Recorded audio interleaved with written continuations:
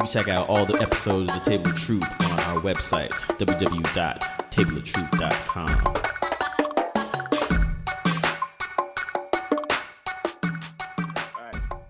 Welcome everybody to the Table of Truth. This is your man Cam, as always, is with me. Cam 2 from the West Coast, representing, and Happy New Year to everybody listening. Yo, this is what up. This is Ant, aka I'm officially a old man. After all this was going on, Happy New Year. And it's the new year. Happy 2019, everybody. How was your guys' New Year's? Was it cool, low key? What was good? Netflix and chill. Yeah. We did a little Netflix. I threw on some Mike.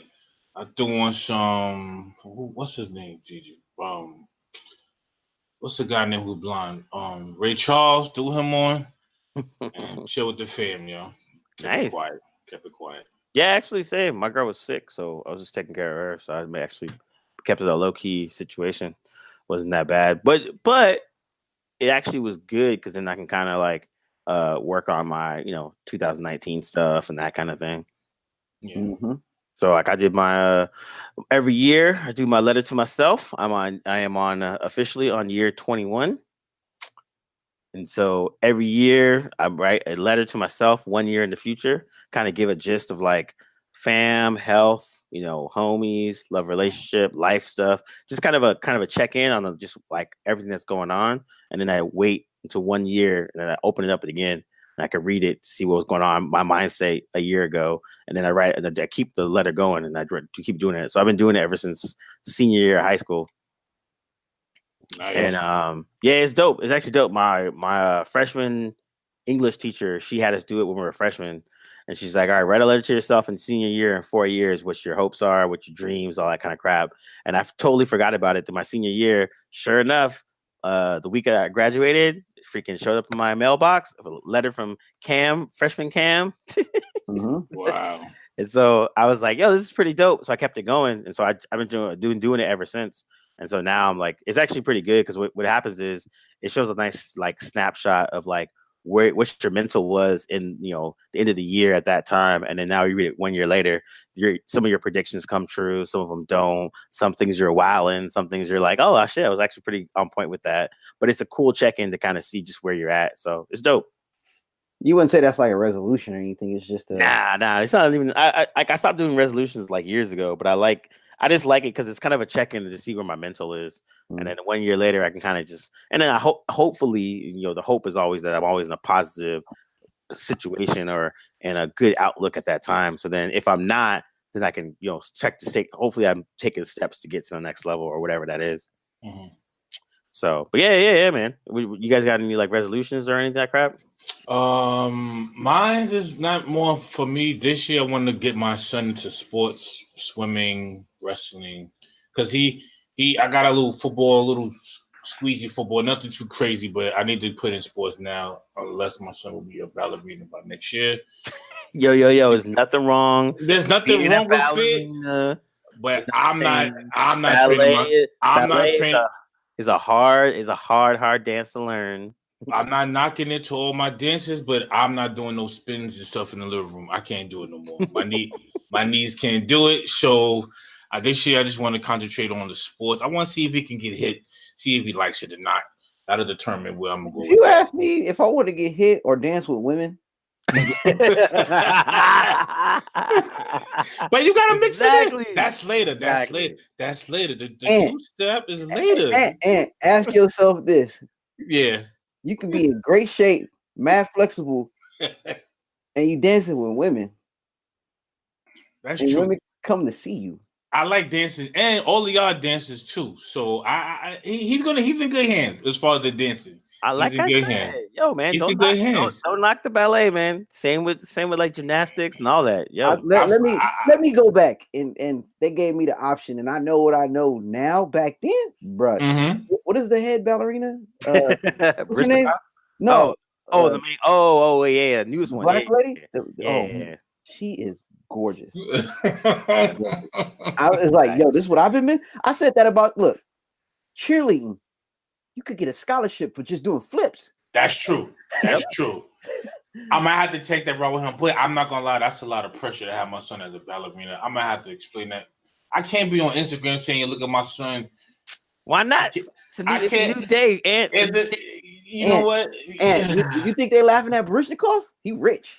You're right. But first, let me see if we can get Lynn Swan did ballet, bro. All of them. Yo, so, you know what? Rice did too. It might help us with his technique. You're right, but let me see first if we can get tackled. If he don't like it, then we're gonna go to something else. Do me a favor, Ant. We're gonna go something. Google Misty Copeland. Yeah, Misty Copeland. There you go. And tell me you don't put your son in ballet after seeing Misty Copeland. Bet. But that's about it. Yeah, that's actually pretty hilarious. Misty Copeland. I was ready to get my stretch on, do my pirouette. I was ready. Cam, you got any like resolutions or any of that like goals and stuff? Hell no, because I'll be lying. I'll be like, nope. I just do it. I'm like a Nike ad. I just kind of do it. I kind of compartmentalize it, and I just kind of do it over time and just try to make it habit. Because everybody's got the typical, I'm gonna lose weight, and I'm like, man, I should have been doing that all year long, you know, just every day, make it a lifestyle change. And I don't really hold New Year's resolutions. I may think of something, but I don't really put it out into the ether like that. I just kind of make a change and do it.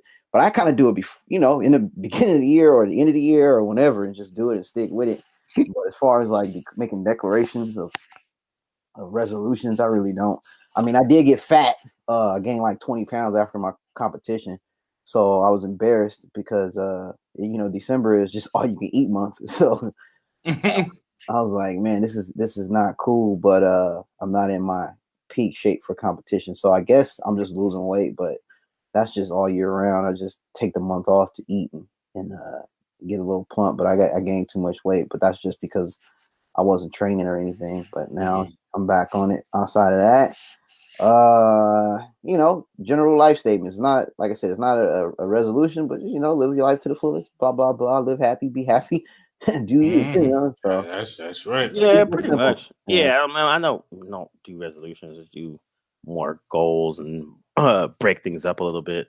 So I did have a birthday resolution though. I said from 40 and on up, go to a foreign country every year. Yeah, see, I think more like stuff like that, where it's like like resolutions are just, you know, whatever. But if you kind of keep it where it's more of a just a goal, and even if you break it up into something like, you know, quarterly or something like that, so it's not necessarily like this big overarching thing. It's not that bad, dude. I think to me, those are the things that makes it kind of cool, where you're just like, all right, cool, let's do some cool shit and kind of just you know, things that you want to just improve and always be in a nice improvement realm, you know. Yeah. That's but yeah, man, I think to me that's actually cooler than trying to do like, oh, I'm gonna work out every day in the gym or blah blah blah blah. We're just like, yo, we should have been doing that for the last 5 years. Seriously, yo, I'm gonna get my credit up, fool. Like, should have been on that. Yeah, I'm 40. I'm about to start this 401k thing, bruh. Yeah, let's go.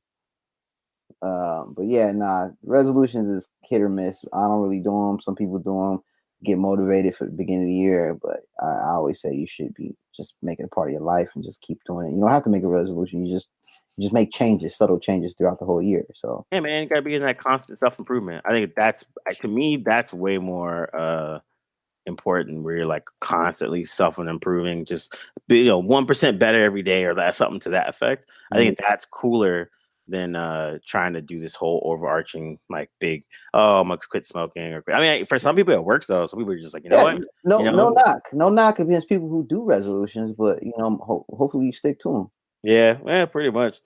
But yeah, other than that, I think for me this year it's just more just business goals and like other like creative goals that I'm trying to keep it moving, be consistent with, as opposed to like, you know, overarching things. That's what's up. Yeah, man. That's the good stuff. Seems like everybody's washed for New Year's Eve. That's good. Those are our younger selves. Hey, you know what? I'm not washed. I just did it a week earlier. It was a lot cheaper. So I went out to go see Questlove and Adrian Young. And how was that? Oh, it was beautiful. Oh, you know, okay. So let me give you a quick rundown before we get too deep into this. But I went to go see Adrian Young for the first part of my show, and it was Adrian Young and Ali Shaheed Muhammad from A Tribe Called Quest fame, and they have a new group, kind of a jazz group called The Midnight Hour. It was a beautiful moment. It was good. It was like at a jazz club in downtown San Jose. And then after the show, around 10:30, I shot up to Mezzanine in San Francisco, which is another venue, popular venue for dope events and stuff. And I went to go see Questlove. Now, it's been a minute since I've seen Questlove, and those who are unfamiliar with Questlove is not your typical DJ that's spinning music. Usually, when you go to a Questlove show, he encourages everybody to dance and not look at him spin. However, the vibe was a little weird, listening to Questlove, because I know Questlove throughout the years as a Philly producer, musician, DJ from Philly, hardcore, and then over time, I would hear his sets and he put a little Nirvana, a little Green Day, a little this, a little that. And as I was in, I don't know if this is a reflection of the area I was in or just his music collection, but I felt out of place at a Questlove event. I just didn't feel right. Like I was just like, his music stuff is cool. I didn't feel special anymore being at a Questlove show. I felt like if I went to a Questlove show with a lot of my African American people, I thought I could stand out because I had an edge up on Questlove music because he was different. But I went to the show and I was the minority, but like I felt out of place because it wasn't all my music; it was their music. If that made any sense. I get it. Yeah, that makes sense. Yeah, but I mean, even like Mos Def was talking about that too when he was talking about when he's touring, and like he'll do a show, come back to Brooklyn, do a show, and like the majority of people are not black. Yeah, he just kind of like, I mean, nothing that's wrong what with it is. Nothing wrong with it, but that's what it is, kind of a thing. Yeah. And I think we can speak on more black people stuff later, but like that's something interesting too, is because now once these people that we've listened to and always been around for a long time are now more into the mainstream and like their household names now, then now it's like, you'll go to a show and then you're right, it's gonna be mixed with everybody, it's not gonna be like whatever. And then and also a lot of black people, they're kind of just like, oh yeah, Questlove, that's cool. They don't think of it as a big thing anymore, So underground now is more diverse now.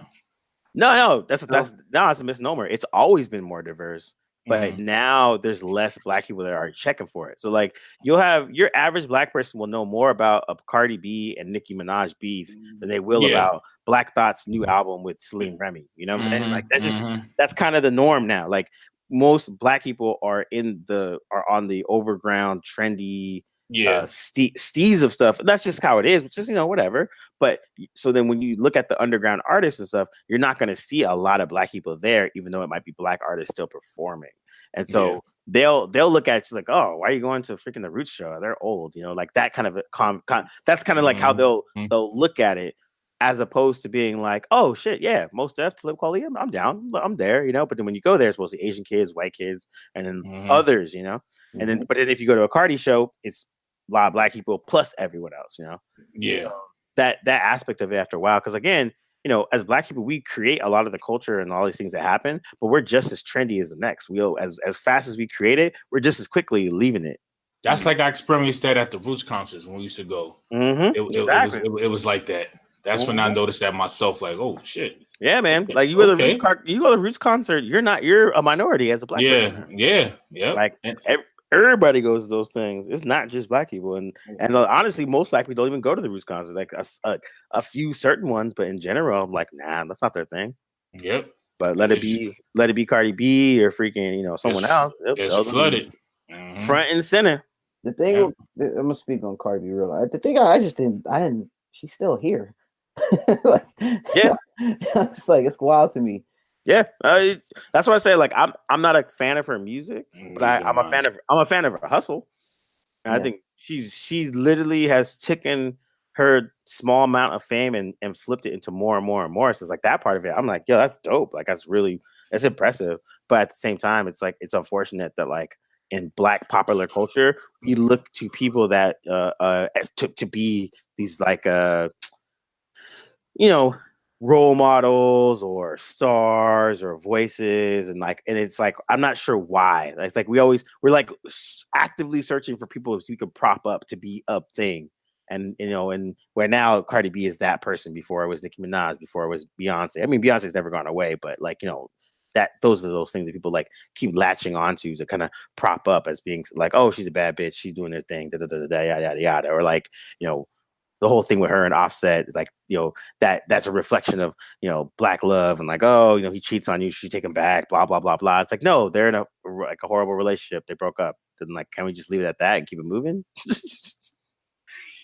Beyonce can't read. Yeah, Beyonce. I was saying, like, just facts. I shouldn't even say facts. I shouldn't even say facts. I shouldn't say facts. We don't know if Beyonce can read. Yeah, exactly. We should say that. All my single letters. All my single letters. So I'm not gonna say, but even that in that realm, that kind of leads us into the whole R. Kelly situation. And you actually watched Surviving R. Kelly. How was the was it 4-part series? It was 6 episodes. 6 episodes. Lord and let me just say just now, I just want to apologize forever. Even the last episode we had, last show we had, me even saying I would still play R. Kelly, because even on the show, like this man. And I don't mean to interrupt. Can you give for those that haven't watched it, give a little synopsis of what Surviving R. Kelly is about, and then go into it? Okay, Surviving R. Kelly is pretty much, they talk about the lifestyle that he lives as far as the females, the cult atmosphere, how he treated these ladies. Every lady was around 17, the most 19, and I think 2 were adults. But it goes in depth on how he treats these ladies. Like, you have to call him daddy. You have to ask him when to go to the bathroom. Some days you don't eat for about 3 days. You have to use your feet, tap on the floor to call him. If he doesn't answer, you just gotta wait until he answers you. He literally mind fucked these ladies. There's one lady on there, the parents haven't seen her in 3 years. Like, he takes them, he just mind controlled them on some Jedi shit, and it never fails. He actually turned a girl into a dude, like had her dressing up with earrings, cut her hair like an afro, like his boy toy. Like, he's sick. Like, I was literally like, yo, this is R. Kelly. Like, they had to say there's R. Kelly and then there's Robert. Like, it's 2 different people. Like, he's just a monster. And it's really, when I watch the fellas, it is really bad. Like, what's going on with this dude? Like, every mainstream needs to cut him off like today. It's that bad. He's worse than Cosby. He's worse than all of them to me. Not saying that you shouldn't have a category, but yo, this dude, yo. Okay, so I want to say, let's go around the table and say our thoughts about R. Kelly, the whole situation surrounding R. Kelly, and there's a growing topic that's been bubbling. There's a few topics, okay, we can touch on. There's a topic of separating the man and his music. Can you do that? There's also the topic of saying people were kind of justifying by saying, well, white people get away with it, so could R. Kelly. Also, like, let's talk about the culture leading up for the last 30 years. Because I remember hearing the rumor since the Aaliyah marriage. So let's go around the table and kind of talk about that. All right, I'll make mine quick. As far as the black community, his music was so good, and this is about me as well. I'm talking about myself as well. It was easy to, especially after when he was convicted innocent, not guilty. It was his music it was very easy to turn the cheek and say, you know what, I love his music. He's innocent. I'm good. Move on. It's because it was almost like we knew, but we never kept on with it. It was just a quick, okay, not guilty. Chocolate Factory album is out. Boom, hit you with some hits. I Believe I Can Fly, hit you with that. And as far as the black community, these types of songs was personal to us. So I think he connected with us so much that we was willing to not even talk about his demons and say, he's not perfect, but I love his music. We gave him that pass. He's probably the only artist that the black community gave him that pass because of his music was so good. And it took this for me when I seen the real him with this documentary. Granted, when the show comes on, it says right off the top he denies it. Everything goes on. He's suing right now.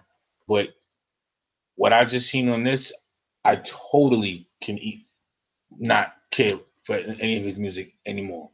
But okay, so let's backtrack a little bit.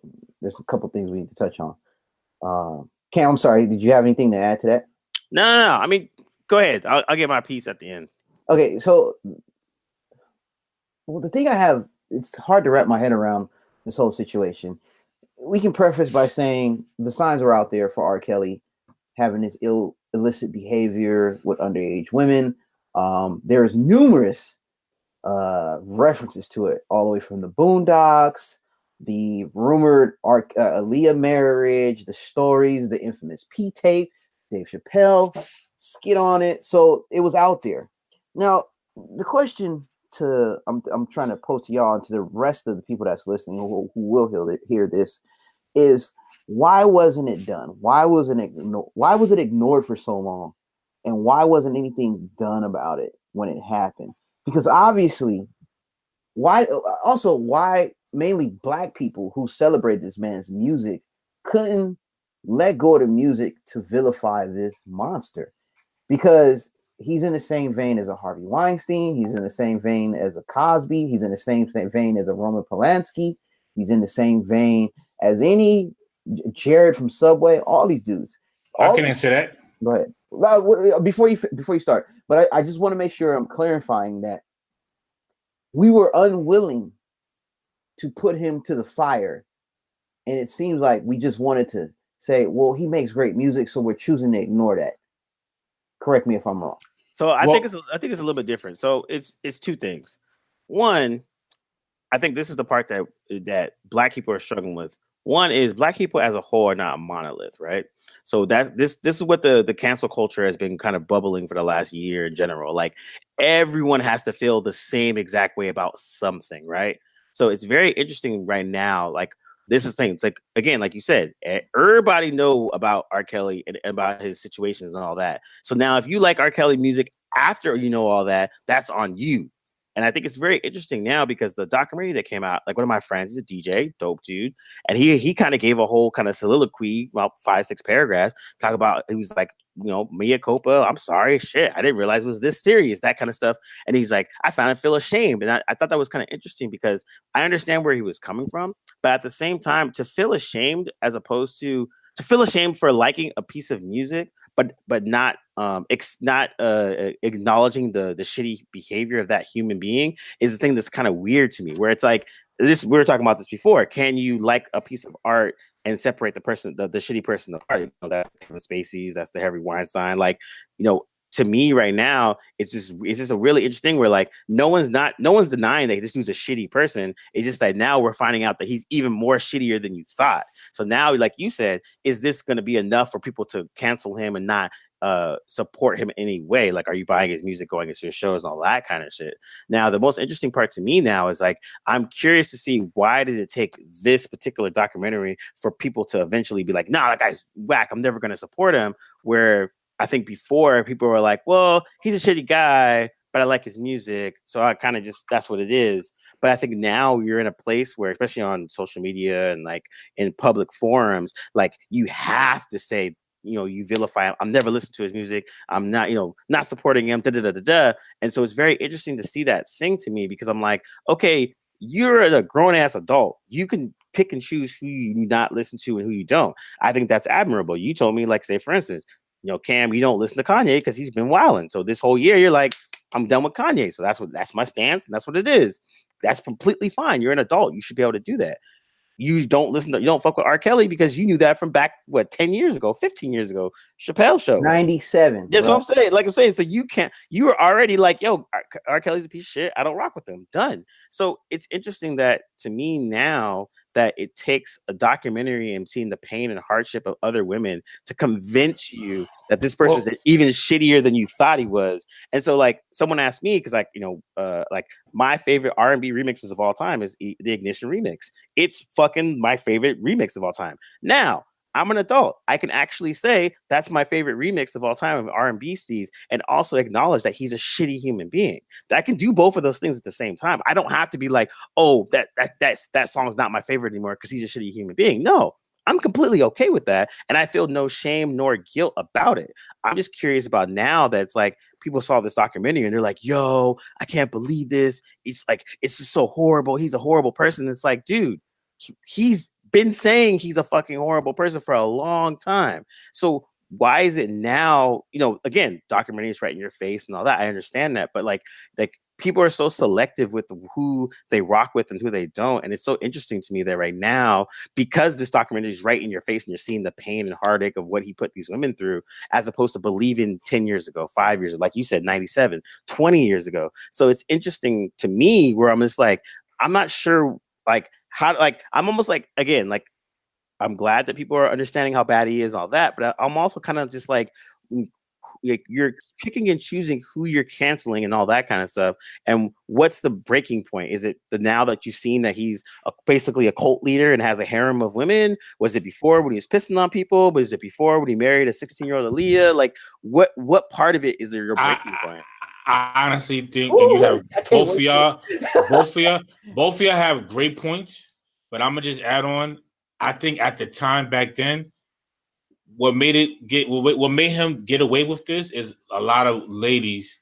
And again, I'm not saying this is for all, but hold on. A lot of you aunties was standing for this dude. Yeah, the majority of y'all saw him as a sex symbol and loved him so much that that's all that mattered. And this is before the Me Too movement. This is before social media. It was almost, so now it's almost like I have to say he's whack because this is the movement that we're all in. And so, if I say something else, I get vilified for it. Yeah, exactly. And I think that's the aspect of it. And this is the most interesting point to me, is because, again, we're in a, like Cam said, Cam hasn't been fucking with R.Kelly since 97. Yeah. And like that makes perfect sense. He's been doing shitty behavior for 20 years. Oh, go ahead, Cam. I got something to put out there. But I was like, but that's what I'm saying. So it's like it to me, it's so interesting because as Black people, like we're obviously not a monolith. We all don't think the same. But at the same time, at this point in juncture, we're all trying to be on that same level. We're like, yo, we all need to vilify. Bill Cosby, same shit. We all need to vilify this and that. So it's very interesting to me because I'm like, people are kind of picking and choosing when they have to do that. And so it's almost like it's more interesting to me to see that thought process as people try to do it. Not again, we're not debating that he's a shitty person. Like, we all know he's a shitty person. Now it's just even more like apparent that he's shitty. But it's more about, to me, it's like how each individual person kind of processes that, and like, what's that point? Like, like, I've never gone to an R. Kelly concert. I don't buy any of his music. I still like the Ignition remix because I think it's a fucking dope ass remix. But I can walk and chew gum at the same time. And so it's an interesting situation and dynamic that I see, where it's interesting to watch people kind of like, one, oh, if you like R. Kelly's music, you hate all Black women. It's like, wait, what? That was a big leap. Like, how does that come from? But again, I'm pulling back. I mean that to say that this is an excellent example of like the current climate right now. Because like, if you're saying that he's such a shitty person, like Cam said, he has been fucking with them since 97. He's been a shitty person for a long time. So now it's more about your selectivity of like what you accept and what you don't. So now that the evidence is now laid out into your faces, right here, you see the pain, you see the anguish, you hear the stories, and everything's getting corroborated. Now it's like, oh shit, I guess I shouldn't like R. Kelly. But at the same time, that's the thing that's more interesting to me. Go ahead, Cameron. I'm already speaking. Oh boy. Where do I start? Well, let me first of all say, I mean, honestly, I'm asking anybody out there, when the last time y'all bought an R. Kelly album? That's another thing I was gonna say, but that's first of all, yeah. Like, I don't think I've ever bought it. I borrow R. Kelly albums, but I've never bought an R. Kelly album just to be like, yo, I'm rocking with R. Kelly. I bought two. I mean, that's fine, but I'm just saying, Like I wasn't really checking for R. Kelly for a long time. And especially after this, I mean, this dude rolled up with a cape and a mask. I mean, come on. His name is the Pied Piper. The Pied Piper is a story about a guy that lures kids from their homes by having a tune. He wanted to call himself the Pied Piper. Come on, bro. You from Chicago, man. Like, yep. Furthermore, I heard the Leah rumors in high school, and she was underage, right? So I was like, yo, that's mad wild to me. But there was nothing confirming it. But again, kind of suspect. Fast forward, you hear rumors, then all of a sudden a P tape. Now, what really got me was the Torre interview. Oh yeah, I agree. So the Torre interview, he asked R. Kelly, and I'm paraphrasing, do you date teenage girls? And R. Kelly response was define teenagers. Now, that was a documentary. Hold up. You could see the exact moment when Torre had a meltdown and had to reboot. His afro almost fell off when he said that shit. If you watch the clip, you can see Torre on live TV reboot his brain to ask that question because he couldn't compute what he just heard, and he rephrased it and asked him, "Do you teach or do you date teenage girls?" Now, fool, you supposed to say no, hell no, hell to the no. He over here asking the question with a question. That was the moment when I really wasn't fucking with this dude. Excuse my language, but I was like, I'm done with this dude. And now, there is a point where I looked at the Chappelle skit and laughed it off and didn't see the series behind it, but he peed on a underage woman, you know? And this documentary comes out and sheds light on a lot of things he was like just doing. He's just in reality, this dude has a problem, a real serious problem. He's a cult. He's literally a cult leader at this point. Like this the level that they're presenting him now is like, yeah, he's a cult leader, like legit one. So and again, this goes back to, you know, they're talking about the supportness and all that, because there were, you know, we can even touch on with Cosby, because like one thing was interesting to me was like my dad was not a big Cosby fan, so I didn't really watch Cosby growing up. Like I watched it here and there. I watched more Different World than anything else.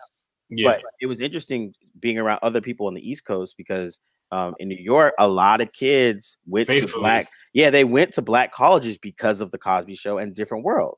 And I was kind of like, oh wow, crazy. I didn't really put those two together because it didn't impact me that much. So they were really hurt when Cosby is coming out at the situation that he is. And we don't have to really talk about that or rehash it, but it was so it was super interesting to me when I saw that, because I'm like, okay, so, you know, this guy's a shitty person, but it doesn't make a Cosby Show a shitty show. It doesn't make the Different World a shitty show.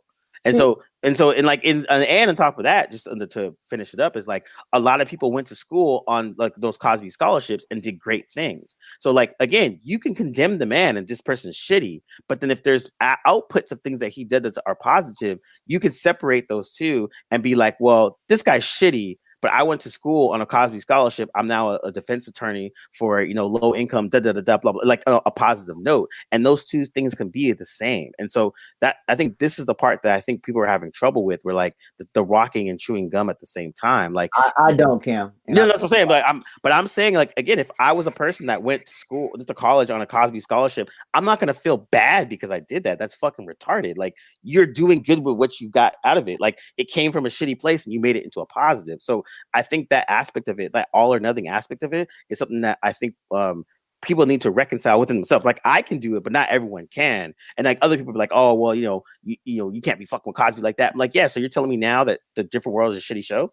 Well, no. Okay, so you're telling me now that the Cosby Show is bad? Well, no. I was like, okay, so what are you trying to say? Like, this person's shitty, so anything that he's touched or even tainted is shitty? Let me interject. I'll tell you what I'm trying to say. Okay. So, first of all, these dudes are habitual line steppers. Oh, yeah, totally. Yeah. Habitual line steppers. It's not a 1-2 times. We're not debating that. Yeah, but this is my reasoning for it. They're habitual line steppers that show no remorse. They're unwilling to admit guilt. They're fighting against it when the evidence is overwhelming to them. Those are Chuck Berry, and those are marks of sociopaths. Yep. All these dudes. The problem I have also is with this is that these people want to the fans want to protect these quote unquote sacred cows and hold them to a high regard because of their artistic work. Well, they have to pay not only they got to pay the price, they have to pay the price amongst their fans. They disappointed their fans because we have a perceived image. Cosby put a perceived image out there. He talked bad about black people. He wanted people to do good, but he out here raping folks. Yep. You discredit all your goodwill when you do stuff like there is a line that needs to be drawn. Yes, he may have, if he'd have stole something, okay, we can allow that. But there's a line that has to be drawn. You were raping women. Okay, now, but hold on, let me finish. Also, with R. Kelly, yeah, you want to like his music, but his music was practicing what he was preaching. I can't get behind that. Listen to the lyrics. Yep, 100%. You gotta shut this man. You gotta hurt him in his pockets. Now, put it like this: the surviving R. Kelly, he ain't watched it, but his sales spike. I don't get the people who still support this man after this man has the evidence is overwhelming. He's practicing what he preaching, and he's done all this crazy stuff. How could you rock with this dude? Because I got to answer for that. At the end of the day, talent trumps morals. And look at the hell no. But look at the time. Look at where we live at now, fellas. We got a president of the United States who on tape says he likes to fondle women's pussy, vagina, excuse my French. And he's our president. So this is the world we live in now. It's almost like people care when they want to care, don't care when they don't want to care. And so it shouldn't be a surprise because it's on all levels in this country. It's selective. And this is my point. People have selective canceling or / boycott. And so again, you're telling like, how could people do this? I'm saying I'm not surprised at all. Because now people that weren't listening to R. Kelly shit, they're like, oh yeah, R. Kelly, oh Spotify, oh man, yeah, he did have some cool songs. But like this, Cam, people be like, well, if you're gonna cancel R. Kelly, cancel the rest. I was like, that's easy money. I've canceled fools with a retarded ass opinion. Kanye. So you think I won't cancel R. Kelly? I've canceled people for way less. But I think that aspect of it is what I'm saying. It's like there's a level of selectivism that people have with who they are going to fuck with and who they aren't. And I think that's to me, that's the more interesting part. We've known R. Kelly's a shitty person for a long time. Now we just know how deep it goes. And this goes back to like Kevin Spacey right now is on trial. This dude be fondling little boys. And I've heard some stories from before, even before he got caught. And I was asking this question. I'm like, okay, we now have confirmed that Kevin Spacey is a shitty person. Is Usual Suspect a worse movie? I haven't watched it since. No, I haven't watched it since. Yeah, which again, to your credit, I think that's dope. But at the same time, is American Beauty, and again, if we go back to this thing, for some people and a lot of people actually, there's not an either or. American Beauty might be your favorite movie because at the time you watched it, it hit a note that hits personal to you because you're going through something that has similar, whatever the fuck it was. So now that movie is in a special place in your heart and yada, yada, yada. But now this person's shitty. So it's like, okay, so now do you cancel this thing that held much meaning to you independent of the shitty person that does it? Or do you just cancel the whole thing? And I think, again, I give you credit because at least you're sticking to the morals of that line. Like you have a line and you're like, yo, you cross the line, you're done. Look, hold on real quick. And this is the Cam. But when you say where's people's morality, like how far do you want to go? Because when it comes to music, it's a slippery slope. Yep. Because we idolize rappers who said they sell drugs to the community, but we call them great lyricists. Yep. 100%. And we praise these people for 30, 40 years. But yet we tell our kids don't sell drugs. Yep. So when it comes to music, it's different with music. It's different with music. Still sells drugs. There is a sense. See, the thing about the difference between R. Kelly and your former or your rapper that formerly drug dealer. Hold on, I'm not comparing the two evils. That's it. That's just. I'm not comparing the two evils. I'm trying to say is that there is a level. For me, the level, this R. Kelly, all these dudes raping, this type of sexual assault. That's a line. I like you selling drugs. Yeah, maybe I've conditioned myself. It's not all right, but these dudes are like Jay-Z does not sell drugs. He showed remorse. He does not do that anymore. The difference between him, Kanye, and R. Kelly is still doing this, and he does not see any remorse. You know what I'm saying? Like, there's no sense of vindication of trying to redeem himself.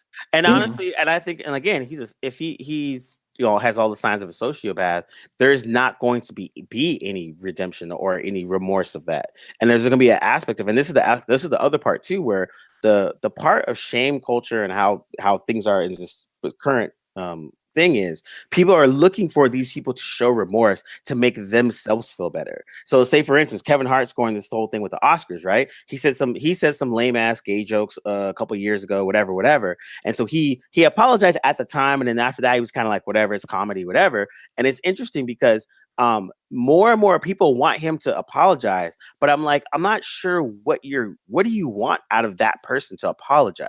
It's like, you want this particular person that has quote unquote insulted you or made you feel hurt or whatever to apologize for what sense of self that will make you feel better. Like if Kevin Hart tomorrow was like, hey, you know what, all that gay shit I said, I truly apologize, I just see the error in my ways, I'm now an ally, blah blah blah blah blah blah, all the shit you want them to hear, but like, does that do anything to make you feel better for what you need, or is it more placating the public sphere of it?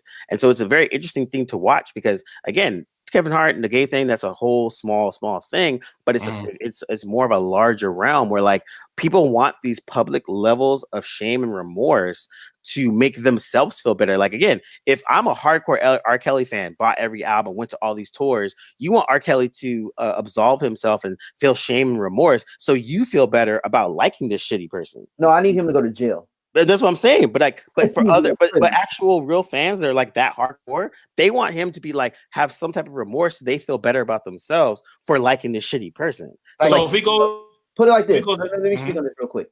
Like people were like bringing up African Bambaataa, and I was like, they all need to go to prison. African Bambaataa was one of the forefathers of hip hop. Look, I put it like this, man. Look, I want to step in the name of love.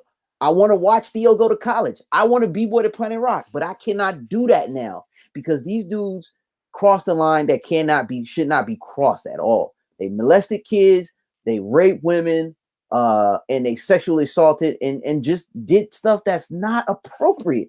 That's a line you have, a moral line you have to come to an agreement. You have to understand that. We all have a fundamental belief of what's right and wrong. There are certain things that are gray area. Like if you do drugs, that's on you. You're hurting yourself. You know what I'm saying? But when you hurt others, especially kids, you got to put your foot down. So can I ask you a question? So with all the negativity Cosby, R. Kelly, Bambaataa has done, do we automatically all control delete all their greatness, even in knowing that their greatness can actually help a kid down the line? Okay, what is the greatness of R. Kelly? No, I don't think it's about greatness, and I think this is the part that people get confused, right? So, say for instance, like I was a conversation about Kanye West, and I was talking to a music engineer, and he was talking. I was telling him, I was just like, "Yeah, Kanye's an idiot. He says some dumb shit. He's actually very inarticulate. He can't communicate some of his ideas to a way that makes sense. A lot of times it's jumbled, you know." And I was just like, now the interesting part is his thought process of when he creates music and stuff is very interesting to me, where I like his music, but I can also be like, he says some dumb shit. And it was funny because that musical engineer, he's classically trained, all that stuff. He's like, yeah, he's not a genius. I'm like, no. I didn't say he was a genius. I was just saying that like some of the stuff that he does is actually pretty dope.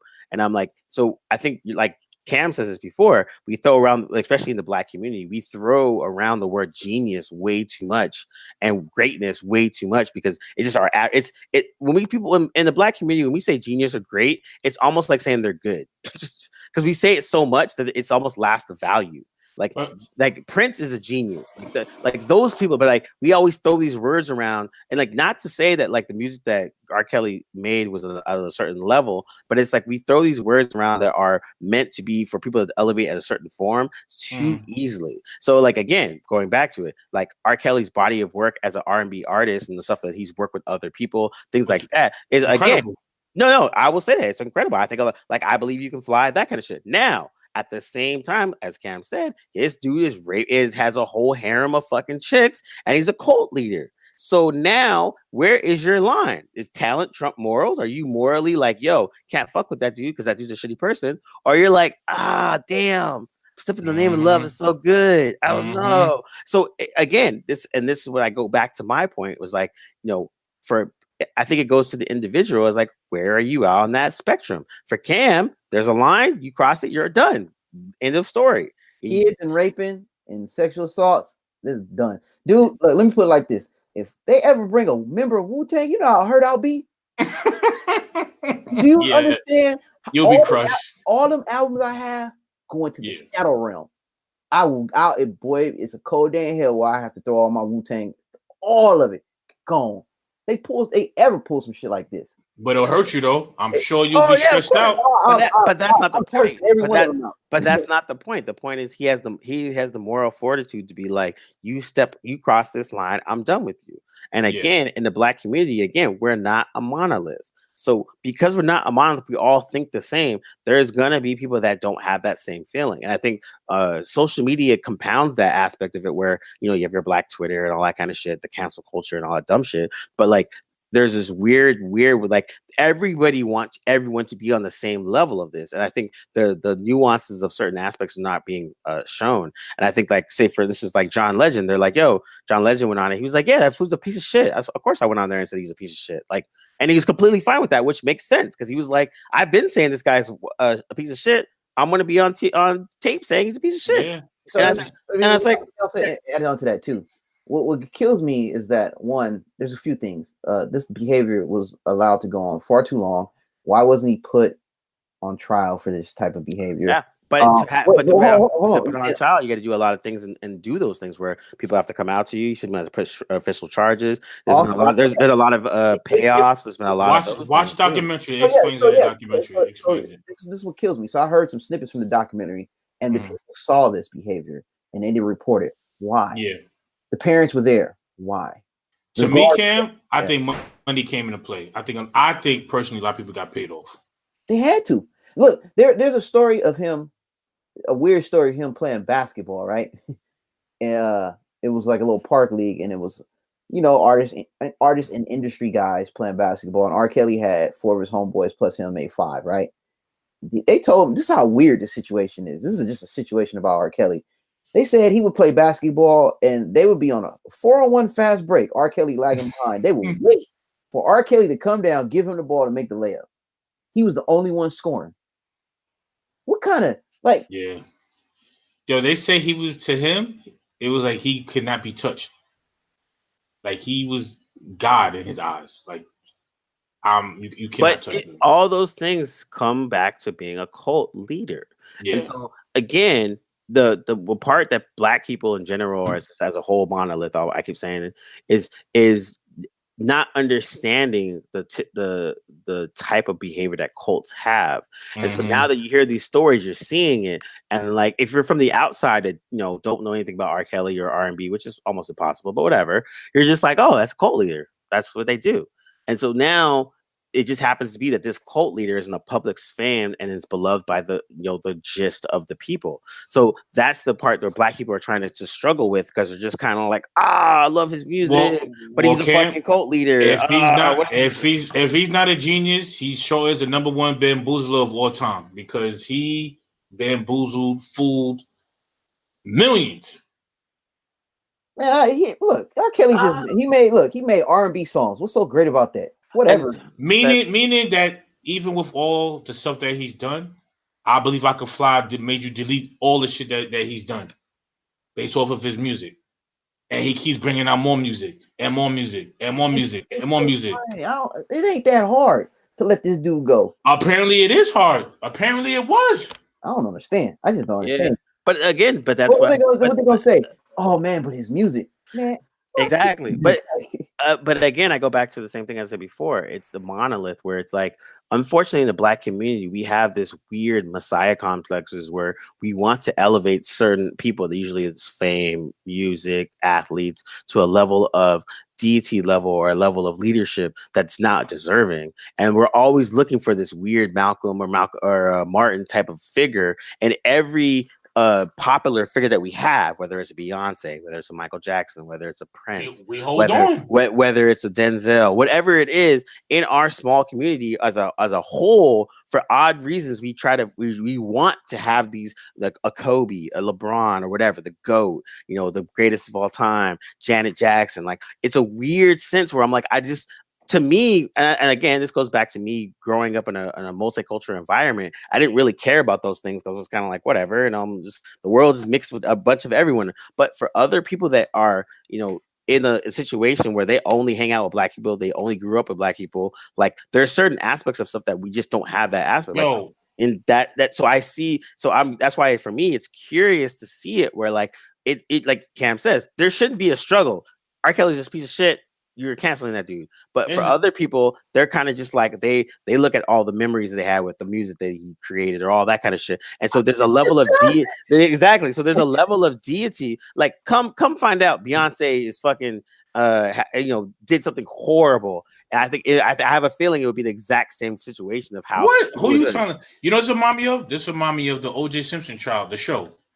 The same thing. Yeah. The same thing. I didn't hate OJ until I found out this dude is the true Uncle Tom. Oh, he's been for a second. And we know he killed this chick. Like it's the same. It's the same thing. There was a reason and why we stood behind OJ, and you got to think about the climate at the time he was arrested. It was right after Rodney King, and it was right after Latasha Harlins, who got murdered by a Korean store owner. So to see another black man go down by the hands of the law, the black community thought we need a victory, we need a win.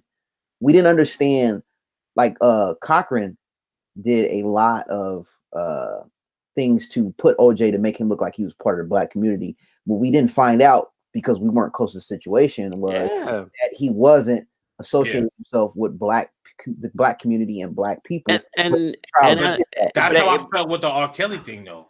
He wasn't really for us either. He was literally just. But when you say, but the thing is, when you say for us, this is the part that people don't understand. I go back to the whole monolith thing. Like when you get to a certain economic level, you're not having the same type of lifestyle or struggles that other people are having.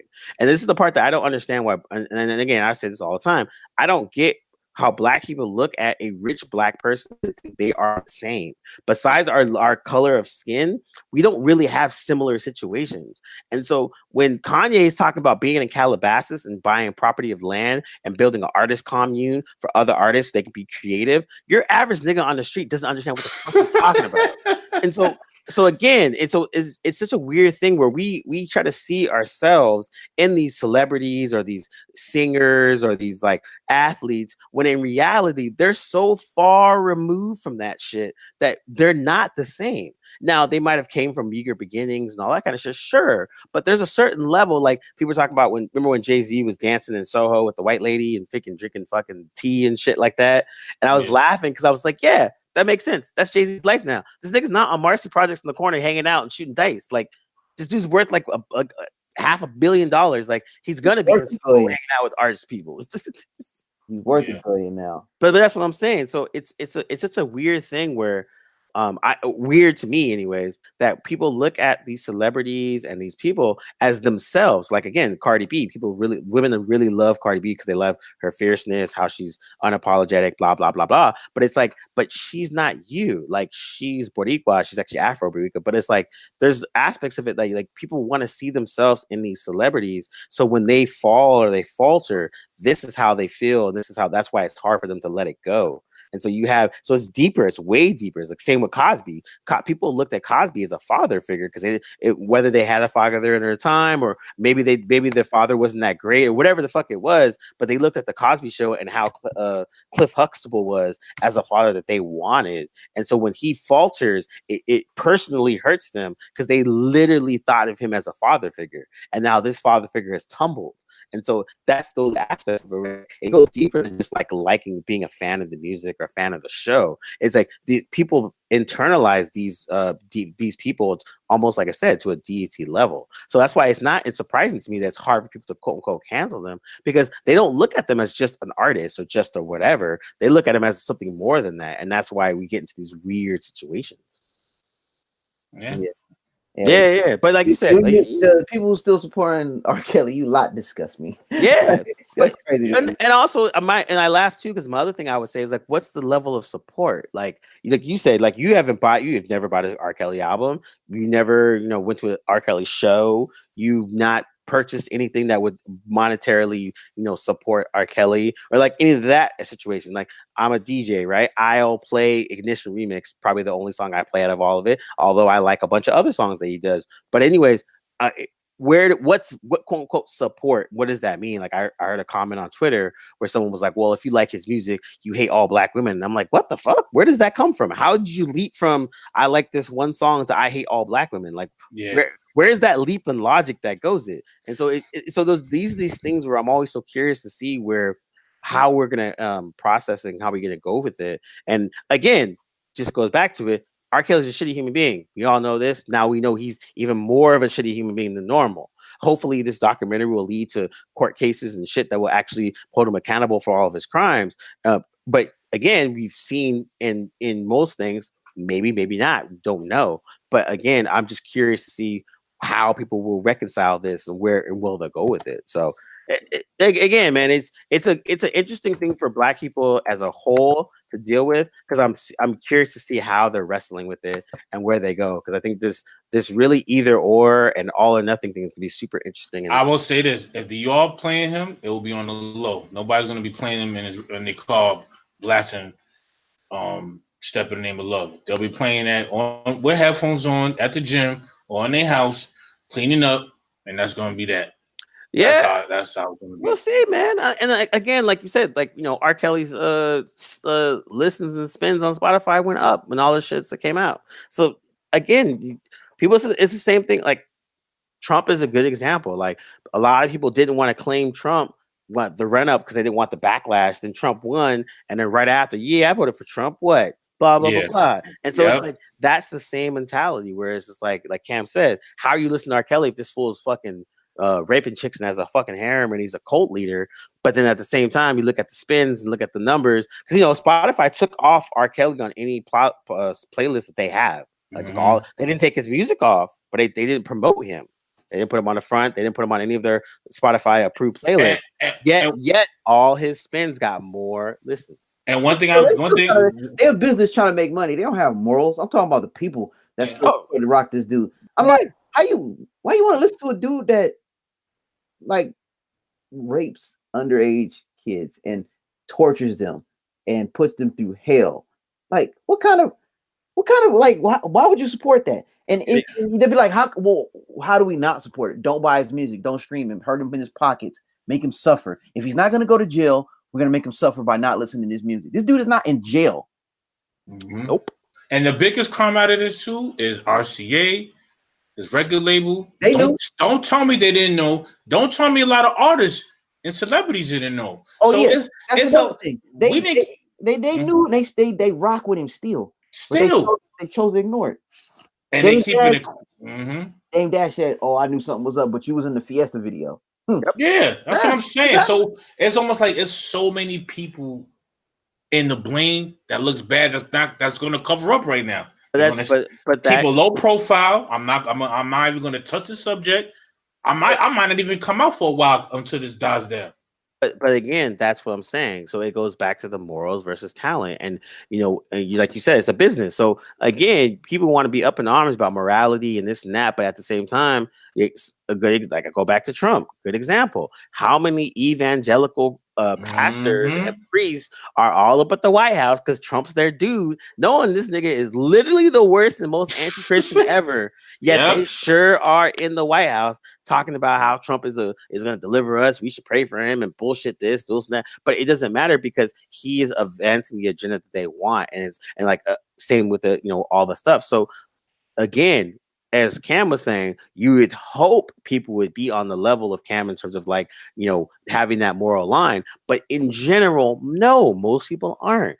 People are kind of shitty. They like what they like, and then they keep it moving from there. So it's not surprising that's happening. And I think the social media has now made a more of a bigger voice and a more of a shame in terms of people rewarding shitty behavior and all that. But at the same time, it just shines the light that no, not everyone is fucking morally superior or has that kind of aspect. In general, no, people like what they like, and then they rock with it, and they will tell themselves whatever they need to make them get down, get by in the day. Like, you know, they're when they listen to A Step in the Name of Love, they're not thinking about him getting raped in some 13-year-old chick at all. And that's sad. That's how they do it. So again, whether that's the right thing or the wrong thing, it's just more like that's how they're looking at it. And so that's, to me, is the most interesting part, where I'm curious to see how this all plays out. Like, is this going to lead to charges and this and that, or is it not going to lead to charges and it's going to be, you know, because it's been the last 30 years and this nigga still got mad harems and chicks. So I'm curious to see where this goes and how that rolls, and how does the black community, like, you know, deal with it. Like I said, the BTs and the CNNs and the TV ones are like, are they fucking with him on a business level and all that stuff? Are they hurting his pockets or anything like that? So I'm more curious on that level to see what happens and going from there. If businesses will stick to that moral high ground, or to be like, nah, this nigga still sells tickets, so we're gonna book him, and then go from there. What amazes me is the apologist for R.Kelly, and the fact that this dude rocks a Zorro mask and kids' clothes, trying to look like a kid. He's 40 years old. The only dude that I'm rocking with from a music standpoint that are wearing a mask is Bobby Digital, and he don't rape kids. So I'm cool, man. I'm cool on R.Kelly. It's easy, easy money. Allegedly. I'm just kidding. Yeah, right. Yeah, allegedly. Allegedly, that P tape wasn't him either, huh? Yeah. Right. I'm just saying, if a nigga gonna pee on me, I'm gonna move. Yeah.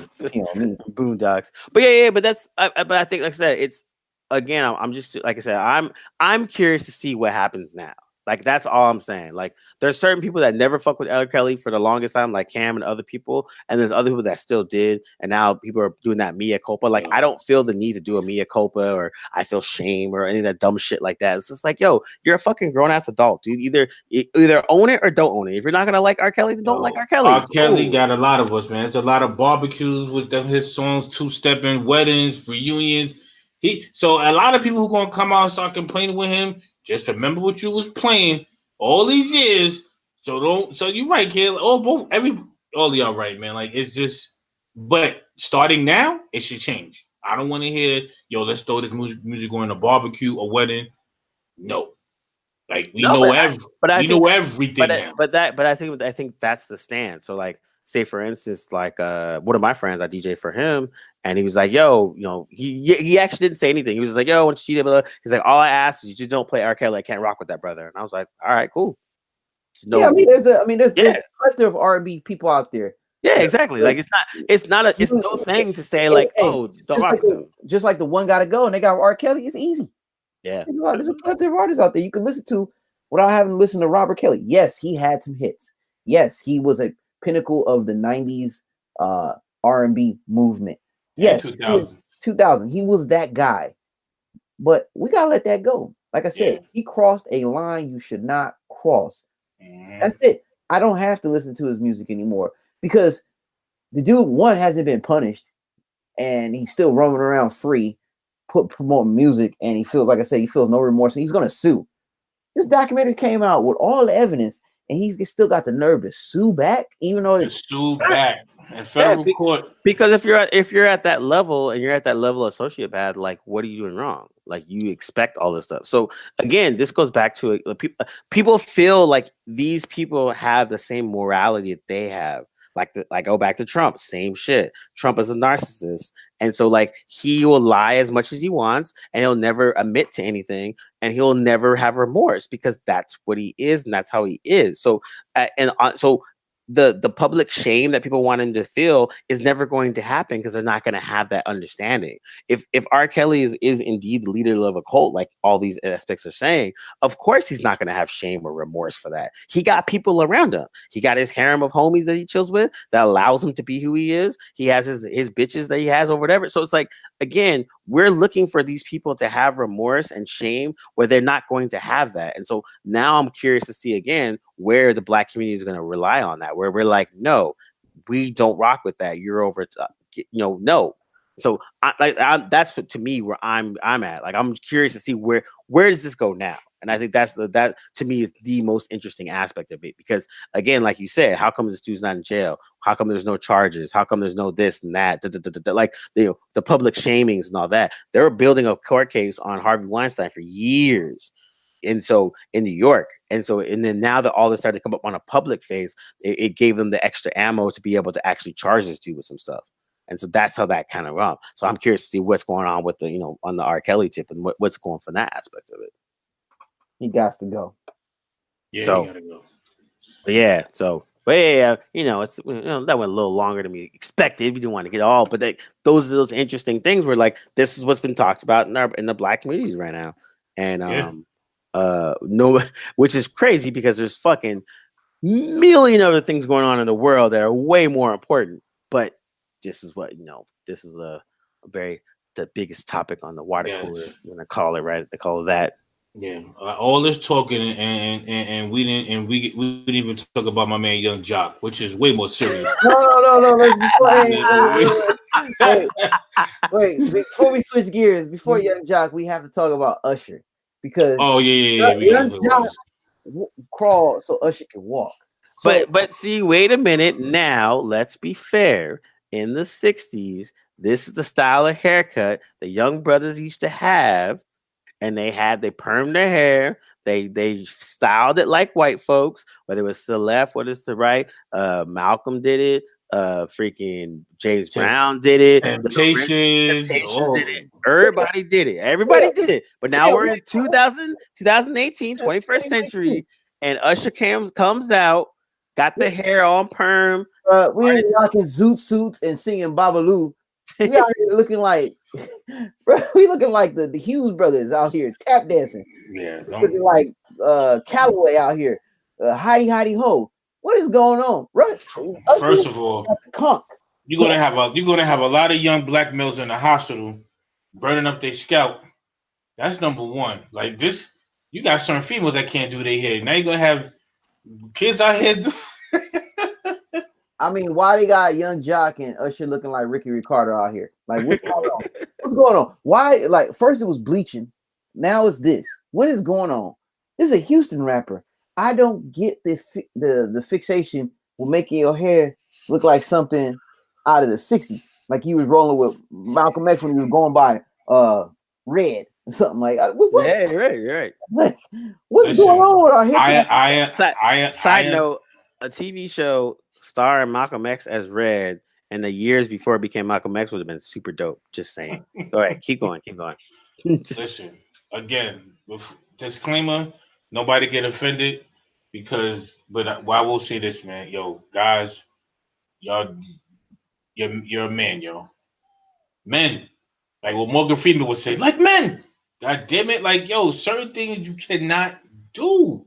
Yo, I don't even think this has anything with being like effeminate because you're a man. I think this is just they want to conform to being like people straighten their hair to be like more white. Well, I took it. All right, that's what it is. But Young Joc to me, yo, my man, you got. I don't even know what to say on this, man. Like he looks like a black Dragon Ball character, yo. Like I don't understand. Yo, it's wild. It's wild. I mean, if like Cam brought out the pink, right? Like if they trying to make a move like Cameron, remember when Cameron was all about the pink movement and trying to be like on the forefront? This ain't it. This ain't it. I'm not about to put anything in my hair that's gonna have me looking like a Barbie doll. Like I'm cool. I'm straight. Like I love my hair. I love natural hair. We in an age where natural is in. It's been in, and to see these young I think. I don't know what's up with Young Joc, but I think Usher going through a midlife crisis or something.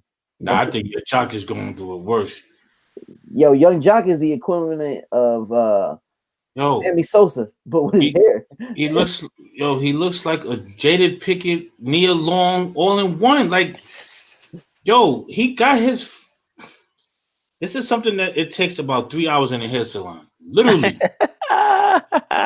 you got a fade and a fade. Yo, he got a haircut look like Fantasia. Yes, he looked like a Fantasia. Exactly. That's hilarious. He got the "let me speak to your manager" haircut, bro. Like, listen, man. Listen, Chris. Man. Houston, come get your man. Listen, we in the government shutdown right now. Do not spend your last on perms, please. Dude, he's out perms. Do not spend $300 because this is not no $10 haircut. I'm telling you that right now. That's a relaxer. Yo, Yeah. man, he's you know, he's letting the lady, he's laying it down. He's laying it down. Get your help. Women, Get help. yo, women do it all the time. Dudes can't do it anymore. Make That's sure, make what sure, it make is. sure you have health care, please, more than ever now, because We you gotta have, will. we gotta have dudes out here rocking Brazilian. Yeah, Yeah, the that yo man. we. But I'm curious too, because like I'm curious to see who is gonna follow that and start doing more shit like that. It's gonna be these young kids. It's gonna be a bunch of Temptations, all in high school, all of them. Jimmy Ruffins all over the place, A bunch of reds rolling around here. hair falling out. Oh, it's gonna be a lot of. Trust me, Wall So Star. hey, put it like this: if any one of my friends come out looking like Sammy Sosa or Ricky Martin or Ricky Ricardo, I'm flaming you on sight. Oh yeah, you're getting flamed. You're getting flamed. You gonna get the business. Don't come out here looking like Little Richard singing "Wop Baba Loop Bop Bam Bam Boo." No, bro, you gonna Yeah, get it. You gonna you cannot embarrass your girlfriend at a date. no, Like you can't be doing that. your fur can't be better than hers. You can't. Yeah, your hair can't be better than hers. You just can't. Just like if my girl when born, her fade can't be better than mine. I gotta look way crispier than her. Yo, let my lady come in here with a fade, yo. We gonna have some problems. We gonna First, be. I mean, like, who your barber? Like, Yeah, Yeah. Oh. you cannot have a fade better than me, unless that's always been your style. You can't just wake up and say, "Yo, I'm gonna give me a little fade, a part of my hair." Fuck it. Nah, we can't. We're not doing that. It's got to be a balance, man. word. All It's, right, it's, let's wrap it up. Let's get some final words. Cam, what's your final word? Ooh, I don't even have one. Final word. Oh, people learn to separate illicit behavior from the artistry. It's not that hard. Um, Figure out your morals, make a line, and if they cross it, just make a conscious decision to separate yourself from the artist. If these dudes are not being punished, or these people are not being punished in a way that seems fit, you have to figure a way. Well, I think as a society, we have to figure a way to make them feel remorseful or hurt them, whether it be financially or giving them our energy or voice to put their content out. It's not that hard to cancel out. I mean, I've canceled out people for a lot less. For example, Kanye for saying stupid stuff. But the thing about the difference between him and these other monsters is that Kanye is just saying stupid stuff, and eventually he may come back into my good graces. But right now, they are all quote unquote canceled. So people out there, learn to set. I think we should learn to separate these sacred cows and don't put them on a high pedestal. And learn these dudes are monsters, and men and women alike are doing things that or not okay in my book, and they shouldn't be okay in your book, but to each his own. Just learn how to separate that. Dope. Ant, what's your final words? mine's is way off the wall in this one. All right, fellas. I've been the last Star Wars. I was watching it again, What? and and I always defended Luke, how he died and how he went out. But yo, fellas, I was watching it the other day. I said, yo, my man Luke had a stroke on top of a rock. I was kind of. I finally convinced myself to say, yo, that probably was the worst ending for a Jedi of his caliber in history. And Oh, so now we come around. listen, I finally, I understand why he did it, but when I saw him on a rock and just passed out, I just thought of him fighting Vader, fighting Jabba the Hutt, and I'm like, my man had a stroke on a, and it took me a while. Like I always knew it, but I guess the mature Ant was like, you know what? I know why they did it, but the real Star Wars fan in me was like, yo, Luke, this is how Luke went out. So the next movie that comes out is it this year? It has to be. Is it this? I think it is this year. He needs to be. They need redemption. I need redemption for Luke. Quick note on that: Star Wars ain't that deep to go be rewatching it twice. It's Star Wars, so that was a bad movie. Luke went out like It wasn't bad. It wasn't bad. terrible. Hey, slow down. That's a whole nother But podcast. but my final he is all about redemption for him. He needs to come back with something different. Who's gonna redeem himself, R. Kelly or Luke? It gotta be Luke. Wait, oh Lord, It gotta. And Luke is dead. Yeah, that's hilarious. When you got Yoda coming back from the heavens and outshining you, then is an issue, man. So I need redemption from new Star Wars. That's my final word on that. Hilarious. My final word is you should, if you haven't, you need to go watch Spider-Man Into the Spider-Verse. That is the best Spider-Man movie ever made. I will die on that hill and be okay with it and can easily debate it. Is really really dope just in terms of like feel. Like not even like animation is already dope, but we don't have to worry about that. But just writing, the voice casting, how it was even directed, and then the pacing of it was really dope. And like it's just a good, enjoyable movie. It introduces some interesting, fun characters that you want to know about. Anyone that shows up all has enough shown and given to them that you're interested to learn more about them. There was no one in there by accident. I thought it was really really dope. I think people should. It's one of those ones where if you're not an animation fan, you could watch it and really enjoy it. It has a lot of heart, has good action, it's funny, and it's a good movie. Like it was easily my favorite movie of this year, and it's just a good time. And I think we need more movies like that where you just go watch a movie and enjoy it, and then later on if you want to watch it, critique it and all that stuff. But yeah, it's just a good movie, and I think more people need to watch stuff like that and support things like that are dope, and so that there's more of those things. And then, again, it did make a good amount of money, so you're gonna see spinoffs. But yeah, it's just a dope movie, and people need to go watch it. Big shout out to the Latinx main character. Shout out to Miles Morales. Yeah, man, this shit was dope. Like, there's just so many levels of it that they just did such a great job, and so it's in theaters still. It's still in movie theaters. Yeah, still in. Okay. So I might definitely want to check it out a second time so I can so I can geek out and look at all the nuances. But yeah, man, it's just a good time, and I'm glad that it happened, and I'm glad that they made it because it will open some doors for other things to happen. I think along that line. So just when people were talking about, I'm getting tired of superhero movies and this and that, and if they keep making bad superhero movies, then of course you're gonna get tired of it. But lately they just been making some good ones, man. Right. They're all entertaining. So what you can do? But yeah, that's about it, fellas. Table of Truth, and we out. Peace. You can listen and download to all of our episodes of The Table of Truth on iTunes. Just search The Table of Truth podcast.